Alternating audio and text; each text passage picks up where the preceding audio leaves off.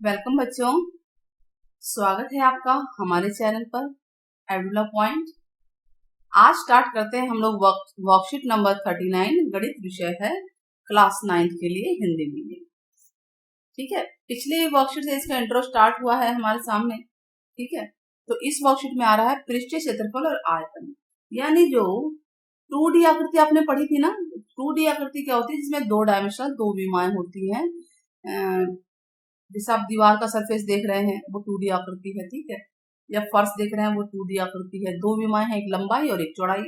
लेकिन आज के वर्कशीट में हम लोग पढ़ेंगे 3D आकृति। 3D मतलब कि तीन विमाओं वाली वो ठोस आकृतियां जिनमें लंबाई, चौड़ाई, ऊंचाई या गहराई तीन मापन होते हैं। उन्हें 3D यानी 3 डायमेंशनल त्रिविमीय आकृतियां कहते हैं। ठीक है, वर्ग और आयत, त्रिभुज, वृत्त ये सारी बच्चों 2D यानी 2 डायमेंशनल वाली आकृतियां। इनमें लंबाई, चौड़ाई, इस तरह का त्रिज्या वगैरह होते हैं। लेकिन जो 3D आकृति है उसमें लंबाई, चौड़ाई के साथ साथ एक और एक्स्ट्रा चीज होती है, वो है ऊंचाई या गहराई। आया समझ में? चलिए अभी हम देखते हैं कि 3D आकृतियों के एग्जाम्पल। आप ये देख रहे हैं जैसे कि आपके घर में कोई भी चीजें दिख रही हैं उस पर 3D है ना। डब्बा है या बोतल है, या आप ये बोलिए कि इन्वर्टर है। आप इस चित्र में देख लीजिए, पेप्सोडेंट है, टूथपेस्ट है। आप देख रहे हैं इसमें लंबाई, चौड़ाई, ऊंचाई तीनों दिख रहा है। और कुछ ये पाउडर का डब्बा है, टोपी देख रहे हैं आप बर्थडे वाली, या आइसक्रीम खाते हैं, या बॉल है, कटोरी है। ये सब जो है 3D आकृतियों के उदाहरण हैं। इनको हम और अच्छे से पढ़ते हैं। हम देख रहे हैं कि टूथपेस्ट जो है, टूथपेस्ट में के डिब्बे में सभी फलक के आकार को ध्यान से देखिए। तो हम देख रहे हैं कि जो फलक के आकार है वो आयताकार है और जो सम्मुख भुजाएं हैं वो सर्वांगसम है। मतलब इसका क्या होता है, तो हम थोड़ा जूम करके दिखाते हैं आपको। आप पहले चित्र को समझा देते हैं, फिर उसके बाद अंडरलाइन कराएंगे। ठीक है, अब ये देखिए, सबसे पहले पेप्सोडेंट को देखिए। इसमें आपको दिख रहा होगा कि ये जो फेस है ये आयताकार सरफेस है ना। सतह बोलते हैं इसको। क्या बोलते हैं बच्चों? इसे सतह बोलते हैं। तो इसी तरह से इस साइड में भी सतह है। इस साइड उस तरफ भी होगी जो दिख नहीं रही है, पिछली तरफ भी है। तो बताइए कितनी सतह होंगी इसकी? तो हम गिनेंगे कि एक यहाँ है, एक पीछे होगी, एक ऊपर, एक नीचे और एक दाएं, एक बाएं। टोटल 6 सतह होंगी। तो हम ये भी जानते हैं कि जो आगे और पीछे है वो सम्मुख एक जैसे होते हैं, दाएं बाएं वाले भी एक जैसे हैं, और ऊपर नीचे वाली सतह भी एक जैसी है। ऊपर वाली सतह नीचे वाली सतह से मिलती है। तो इसको हम वो बोलते हैं सर्वांगसम। क्या बोलते हैं? सर्वांगसम वर्ड आप तो जान ही चुके होंगे। सर्वांगसम मतलब एक जैसे, है ना। दाएं और बाएं की सतह जो है, यानी इसे बायां बोलेंगे, इसे दायां बोलेंगे। इधर सतह है, यहाँ पे ये सतह एक जैसी है। ऐसे ही ऊपर और नीचे जो सतह होगी वो एक जैसी होगी, और ये आगे और इसके पीछे की सम्मुख जो है सतह वो एक जैसी होगी। इसका नाम क्या है? इस आकृति को बोलते हैं घनाभ। क्या बोलते हैं बच्चों? घनाभ। तो ये पहला हम करा रहे हैं। घनाभ क्या होता है? जिसमें लंबाई, चौड़ाई, बी फॉर ब्रेड्थ है, और ऊंचाई, हाइट। लंबाई, चौड़ाई, ऊंचाई, लेंथ लंबाई, बी ब्रेड्थ चौड़ाई, एच मतलब हाइट ऊंचाई, या गहराई होती है। ठीक है, गहराई मतलब कि हम आयताकार कोई गड्ढा खोद रहे हैं तो उसमें गहराई बोलेंगे, उसमें ऊंचाई तो बोलेंगे नहीं। तो ये घनाभ है। अब जब सारी लंबाई, चौड़ाई, ऊंचाई अगर बराबर हो जाएं, सब बराबर हो जाता है, ऊपर नीचे दाएं बाएं सब, तो वो घन का रूप ले लेती है। अब ये देखिए आप, इसमें लंबाई, चौड़ाई और ऊंचाई। ठीक है, लंबाई, चौड़ाई, ऊंचाई, ठीक है, तीनों बराबर हो गई। लंबाई, चौड़ाई, ऊंचाई तीनों बराबर हो गए घन के अंदर। ठीक है, तो उसी को हम एक नाम दे देते हैं भुजा, यानी ए साइड। क्या नाम दे दिया हमने इसको? भुजा। ठीक है, भुजा नाम दे दिया। दो चीज समझ में आ गई। घनाभ और घन में क्या अंतर है? घनाभ में लंबाई, चौड़ाई, ऊंचाई जरूरी है कि बराबर हो, लेकिन घन में तीनों चीजें, तीनों विमाएं बराबर होनी जरूरी है, मस्ट है। यानी इसकी सारी भुजाएं सर्वांगसम है। सीधे सारी जो भुजाएं के सारे सरफेस जो है, सारी सतह इसको कहते हैं बच्चों। देखो मैं आपके सामने कलर करती हूँ, आपको सतह पता चलेगी सतह कहते किसे। सतह है आपकी येलो कलर में देते हैं, ठीक है। तो ये है सतह, ये सतह, ठीक है, इसको सतह कहते हैं। आप ये देख रहे हैं थोड़ा एक्स्ट्रा कलर जा रहा है ऊपर, ये सतह है, मोटा हमने कलर लिया है, ये सतह कहलाता है। जैसे कि आप उदाहरण समझ लीजिए कि दीवार को आप देखें तो दीवार, चारों दीवारों को छू सकते हैं ना, वो सारी की सारी सतह कहलाएंगी, चारों की चारों दीवारें। इसके अलावा छत और फर्श भी सतह है, सतह है। अब यानी टोटल कितनी विमाएं होंगी, टोटल कितने सतह है, 6 सतह हो गई ना। तो वर्ग में सारी सतह बराबर होती है और घनाभ में सभी सतह बराबर होनी जरूरी नहीं है। अब आगे बढ़ते हैं हम बेलन के ऊपर। ये देखिए, ये जो आकृति है, कुछ आपके घर में सिलेंडर भी होता है, ये पाउडर का डब्बा कुछ है, शायद ये पाउडर का डब्बा ही है, इसको हम देख लेते हैं, पढ़ लेते हैं। इसमें लिखा हुआ है कि पाउडर का डब्बा, ठीक है।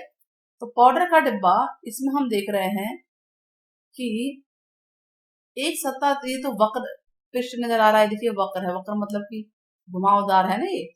और ऊपर जो है दो वृत्त होते हैं, आप नीचे चेक कर लीजिए, ऊपर घर में बेलन को या पेंसिल, गोल पेंसिल है उसको देख सकते हैं, या गोल ऐसे कोई भी चीज को आप देख सकते हैं।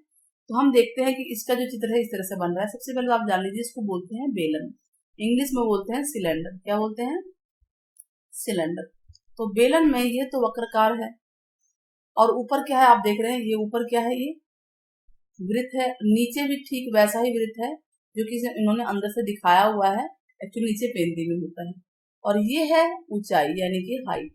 अगर हम ये देखें वृत्त है, तो वृत्त अगर ये है तो इसका मतलब इसकी त्रिज्या भी होगी, तो ये हो गई त्रिज्या, ठीक है, बिल्कुल बीचों बीच से, बिल्कुल बीचों बीच से हम बना देते हैं त्रिज्या, ये है त्रिज्या। तो ये ऊंचाई मतलब जो बाहर हमने लिखा है वो अंदर भी हो सकता है, त्रिज्या हमने लिखी। यानी घनाभ में एक तो त्रिज्या होती है और एक ऊंचाई होती है, दो चीजें आपको पता होनी चाहिए। इससे रिलेटेड हम आगे क्वेश्चन करेंगे ना, ठीक है। अब आगे बढ़ते हैं। ये टोपी जैसी आकृति क्या है, इस जैसी कौन कौन सी आकृति आपने देखी होंगी। यस, कुछ कुछ आपने आइसक्रीम ऐसी देखी ना, आइसक्रीम ऐसे शंकु आकार होती है, तो इसे शंकु बोलते हैं। क्या बोलते हैं बच्चों, शंकु, ठीक है। शंकु कैसा होता है, शंकु के अंदर आप देखिए कि एक तो वृत्त है, एक तरफ तो वृत्त है, दूसरी तरफ नहीं है, बेलन और इसमें अगर अंतर देखें तो। और ये है तिर्यक ऊंचाई, एक कोना आ गया है ना, ये सीधी ऊंचाई है, यानी इसको तो बोलते हैं एच मतलब हाइट, एच यानी कि ऊंचाई। और ये तिर्यक ऊंचाई है जिसको बोलते हैं एल, तिर्यक ऊंचाई, स्लैंट हाइट, हिंदी में भी लिख देते हैं तिर्यक ऊंचाई, तिर्यक ऊंचाई।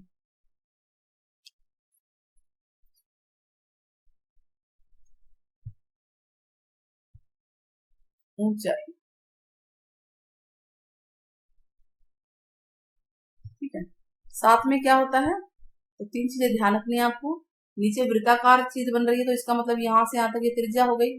पूरा कितना होता है, व्यास होता है, पूरे को व्यास बोलते हैं, यहां से लेकर यहां तक ये व्यास है, डी फॉर डायमीटर, और आधा उसका त्रिज्या होता है। तो शंकु के अंदर भी तीन चीजें आई, एक तो आया एच, एक आर और एक एल। अब हम इसको देख रहे हैं कि जो ये है, ये कुछ समकोण त्रिभुज बन रहा है कि नहीं बन रहा है बच्चों।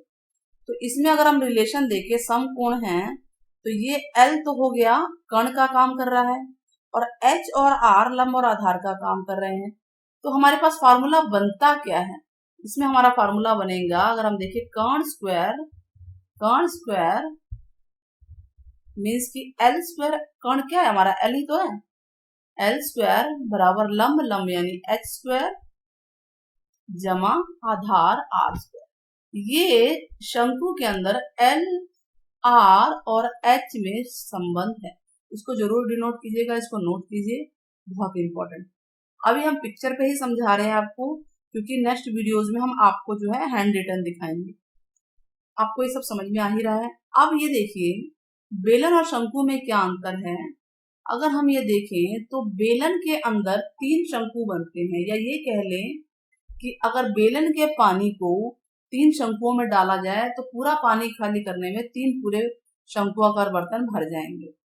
या बेलनाकार कोई डिब्बा है, उसमें आइसक्रीम है, उसको शंकु में भरना है कोन में, तो तीन कोन पूरे पूरे भरेंगे। या तीनों कोन को बेलन में, मतलब उसके पानी को या आइसक्रीम को बेलन को पूरा भरना है, उसमें डालेंगे तो 3 कोन की आवश्यकता पड़ेगी। इसका मतलब ये हुआ कि बेलन के क्षेत्रफल का आयतन का 1/3 होता है शंकु का आयतन। ये इंपॉर्टेंट है, ध्यान रखना इस बात को कि बेलन का आयतन 3 गुना हो गया, या उल्टा बोल लें बेलन के आयतन का 1/3 होता है शंकु का आयतन, क्योंकि एक बेलन में 3 शंकु आराम से बन सकते हैं। आपको अगर मैं इसी में दिखाना चाहूँ तो देखिए, ये देखिए, ये एक शंकु बन गया, एक इधर हो गया, एक इधर हो जाएगा, बड़े आराम से। ये एक शंकु, एक पार्ट ये हो गया, ब्लैक से दिख रहा है ना, तो एक इधर मिल जाएगा। ठीक है, तो इनके बारे में मैंने काफी कुछ आपको बता दिया। घनाभ में लंबाई चौड़ाई ऊंचाई बता दी, घन बता दिया, इनकी पहचान हो गई है, थोड़े बहुत फॉर्मूले का हम लोग अभ्यास कर रहे हैं। अब हम आगे आते हैं कि बॉल जैसी आकृति, इसको बोलते क्या है? इसको बोलते हैं गोला। तो इसमें तो सारा वक्र ही पृष्ठ है, कोई समतल तो है नहीं। 2 तरह के तल होते हैं ना, एक वक्र तल, एक समतल।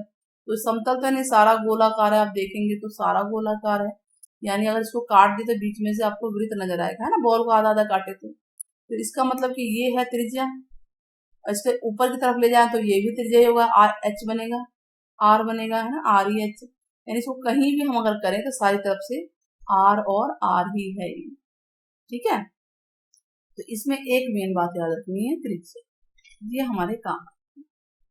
अब गोले को अगर आधा काट दिया जाए तो इस तरह कटोरी जैसी शेप बनती है। कटोरी जैसी शेप क्या है बच्चों? तो कटोरी जैसी शेप क्या है? ये अर्धगोला है। क्या है ये? गोले का आधा हिस्सा अर्धगोला कहलाता है। तब इसमें तो 2 पृष्ठ हो गए, है ना, एक ये त्रिज्या आपको आ गई है ना, इसको ध्यान रखना है। तो इसका मतलब ऐसे ऐसे 2 अर्धगोले होंगे तो एक गोला बनेगा, और इसको क्या बोलते हैं? अर्ध गोला। चित्र सब समझा दिए हमने आपको। अब हम आपको थोड़ा स्मॉल करके इसको आपको अंडरलाइन भी करवा। तो सबसे पहले क्या आया था कि हमने पढ़ा था कि टूथपेस्ट के खाली डिब्बा, कोई भी एग्जांपल लेते हैं, उसकी सभी फलक के आकार को ध्यान से देखें। सभी फलक आयताकार है और जो सम्मुख फलक है वो सर्वांगसम है। यही बोला था ना, आमने सामने के जो फलक यानी सतह जो है वो सर्वांगसम है। इस आकृति को कहते हैं घनाभ। और अगर सभी फलक वर्गाकार होंगे, सर्वांगसम भी होंगे, एक जैसे भी होंगे, तो उसको बोलेंगे घन, जो कि हमने ये किया था, ये 2 कर लिए। पाउडर का डब्बा एक गोल दिख रहा है, इसका पृष्ठ वक्र है और 2 वृत्ताकार फलक हैं, देख रहे हैं ना, ऊपर और नीचे 2 वृत्ताकार फलक हैं जो कि सर्वांगसम में एक जैसे हैं। इस आकृति को कहते हैं बेल। एक कुछ ठोस आकृतियों को लेते हैं, उनमें कोई फलक सर्वांगसम नहीं होता। ठीक है, ऐसा भी होता है जैसे कि शंकु, कोई फलक सर्वांगसम नहीं है, लेकिन शंकु के अंदर एक वक्र तल तो है ना, वक्र है ये, और एक समतल भी टाइप का है पर, तो इसको शंकु बोलते हैं, टोपी जैसी आकृति। और जो केवल वक्रीय फलक है, यानी पूरा वक्रीय वक्र, कोई समतल नहीं है, ये देखिए पूरा गोला ही गोल है, वक्र है, कोई समतल नहीं, तो इसको बोलते हैं गोला। गेंद जैसी आकृति, गोल आकृति, गेंद जैसी। यदि गोले को 2 बराबर भाग काट दें तो हर भाग आधा गोला हो जाता है। आधा गोला यानी अर्धगोला। इसमें हम देखें तो एक वक्र तल है, एक समतल है, इसे वक्र तल कहते हैं और ये समतल ऊपर का तल। ठीक है, तो किसी ठोस का पृष्ठीय क्षेत्रफल, अगर हमें पृष्ठीय क्षेत्रफल निकालना है,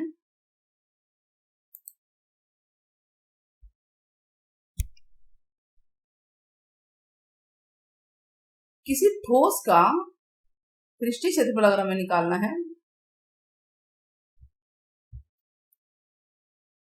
पृष्ठीय मतलब कि पृष्ठ को जिसको आप छू सकते हैं, टच कर रहे हैं, जैसे दीवारों को छू रहे हैं, तो उसके जितने फलक है ना बच्चों, जितनी सतह है, उन सबको आप जोड़, जितने फलक हैं, जैसे दीवार है, दीवार का पृष्ठीय क्षेत्रफल निकालना तो चारों दीवारों को जोड़ दो, चारों दीवारों के क्षेत्रफल को। चारों दीवार क्या है? आयताकारी तो होंगी, उनको जोड़ देंगे। ठीक है, और क्षेत्रफल में हमेशा वर्ग इकाई लगता है। क्या लगता है? क्षेत्रफल किसी का भी निकालेंगे तो वर्ग इकाई जरूर लिखेंगे, सेंटीमीटर स्क्वायर, मीटर स्क्वायर या स्क्वायर सेंटीमीटर। आगे क्या है? कोई भी त्रिविमीय यानी 3 विमाओं वाली, जिसको बोलते हैं 3D, क्या बोलते हैं, अगर उससे घिरी हुई कोई जगह है, जैसे कि पूरा कमरा हो गया आपका, उस कमरे में क्या घिरा हुआ, हवा भरी हुई है ना, तो जब उसको बोलेंगे हवा का आयतन। यानी अगर हमें हवा के बारे में जानना है तो हवा का आयतन मतलब कि उस कमरे का आयतन, उस कमरे में जितनी हवा है उसका आयतन। आपके पास कोई बर्तन है, बेलनाकार बर्तन है, या टंकी है, टंकी में पानी बारे में जानना है तो टंकी का आयतन निकालेंगे, यानी बेलन का आयतन। तो त्रिविमीय वस्तु किसी भी द्वारा घिरी हुई जगह जो है, जो लंबाई चौड़ाई और ऊंचाई से घिरी हुई जो जगह है, उसको उसका आयतन कहते हैं। दो चीजें आपकी आएंगी इसके अंदर, एक क्षेत्रफल और एक आयतन। अब इससे रिलेटेड हम कुछ मिलान करते हैं। बीच में से आधा कटा नींबू इनमें से कौन सा आकार होगा? आधा कटा यानी आधा मतलब नींबू तो गोल गोल होता है, तो यानी आधा कटा होगा तो अर्धगोला हो जाएगा। जूते का डब्बा आपने देखा ही होगा, कोलगेट के डब्बे जैसा ही तो होता है ना, वो भी कौन सी आकृति है, इसमें तो लंबाई चौड़ाई ऊंचाई अलग अलग होती है, सम्मुख भुजाएं आयताकार होती है ना, तो ये कौन सी आकृति होगी? घनाभ। फुटबॉल, बॉल जैसा, फुटबॉल बॉल बॉल की तरह यानी कि गोला, डी पे आ गया गोला। लूडो खेलने वाला पासा, पासा देखा है ना, चारों तरफ से बराबर होता है, उसकी सारी भुजाएं जो है सर्वांग में, सब भुजाएं वर्गाकार, भुजाएं नहीं, सारे जो सतह है, सरफेस है, जो पृष्ठ है, वो सारे के सारे सर्वांग में सब वर्गाकार है ना। भुजाएं भुजाएं बराबर होती हैं उनकी सारी, यानी लंबाई चौड़ाई ऊंचाई तीनों बराबर, उसको ए मान लिया भुजा। तो ये कौन सी आकृति है? ये घन है, इसको क्या बोलते हैं? घन बोलते हैं। घन जैसा लूडो का पासा, जिसमें जो जो खेलते हैं ना, डाइस जिसे बोलते हैं। ट्यूबलाइट कैसी होती है? आप देखेंगे बेलन जैसी तो होती है वो, या आपके सिलेंडर की तरह ही तो होती है घर में जो सिलेंडर। तो ट्यूबलाइट कौन सी आकृति है? बेलन की तरह की आकृति होती है वो, ठीक है। डिजाइनर नहीं बात कर रहे, सिंपल ट्यूबलाइट की बात कर रहे हैं हम लोग। आइसक्रीम कुछ टोपी जैसी नहीं होती है? यस, तो यानी कि आइसक्रीम शंकु की तरह है, शंकुआकार। तो इस तरह से हमारी वर्कशीट पूरी होती है। आप बताइएगा, कमेंट में बताइएगा कि क्या क्या सभी घन घनाभ होते हैं?